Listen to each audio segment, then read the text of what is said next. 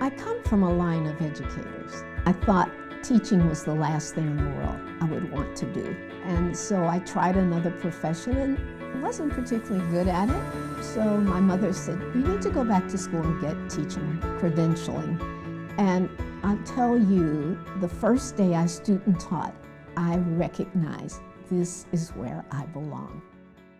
When I had my first children, I had a full-time job and I was going to school almost full-time to work on my bachelor's. I had a very hectic lifestyle. When we had our third child, I wanted to take advantage and really get involved and a lot of things that I wasn't able to do with my two oldest, I wanted to make sure that I could try to do the best job that I could. Tengo precisamente 8 años involucrada en la comunidad, la edad que tiene mi niño.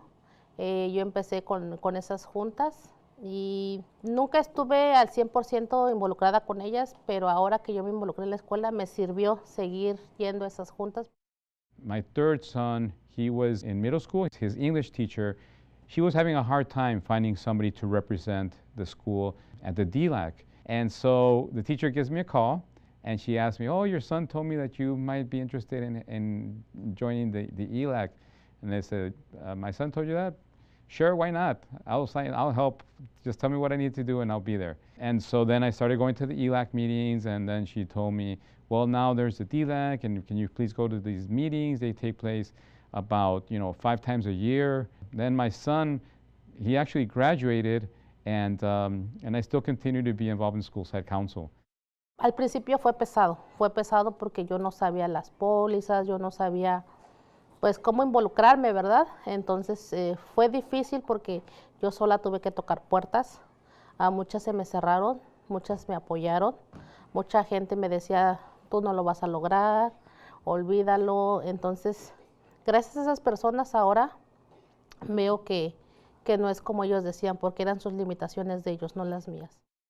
Parents, no matter how we may try to avoid it and educate kids, they're an integral part of children's lives. And to attempt to educate them separate from or distant from parents is an error that we still have not learned enough about. These children don't come to us as empty vessels. They come equipped with a lot that came from home. And we are missing what is called their zone of proximal development, that place in which they're ready to learn and they bring knowledge to build new knowledge. We're going to keep missing the mark. When the law was going to change, when there was the new funding formula changing in the state of California, again at the behest of Ms. Herrera, who was about to retire, she encouraged me to go to these workshops where they were starting to teach about how the new funding was going to work. I really immediately saw that as an opportunity for parents to take advantage of the resources to help their kids get reclassified. Una de las cosas que tenemos junto con la del representante del centro de padres es que nos traigan talleres, o sea, que sepan que nosotros estamos trabajando con ellos de la mano, que sepan que no, y no nada más las que vienen de voluntarias, sino la gente que trabaja, que ellos sepan que tienen una línea o talleres cercanos, porque muchas veces los padres no se informan porque no tienen transportación, no tienen cuidado de niños. Pero si nosotros como comunidad nos apoyamos, podremos lograr eso y más. I started having lunches where I asked parents from different communities to come in and have lunch, serve lunch, but I didn't want them to serve it. I wanted them to sit with teachers and have lunch with them. And then I wanted them to plan the afternoon of our professional development, when they shared with teachers their hopes and dreams and for their children and what they expected from the school. I can tell you it was a landmark of change when teachers could hear parents not sitting at a meeting when someone's lecturing them, but they're coming to us and saying, these are the things I have put in my children, and these are the things I'm hoping you will do. It had a dramatic change in the way teachers view parent roles and the value of parents.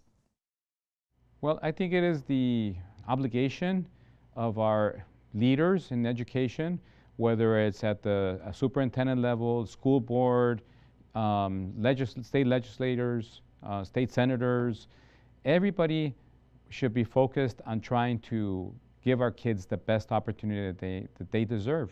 We need to make sure that we show our parents that the leaders in education are there. You see, in a district, you see everybody at the end of the year, at the LCAP, because you need to get your documentation submitted and approved. And it's, I know that's a process, but we need to be there all the time.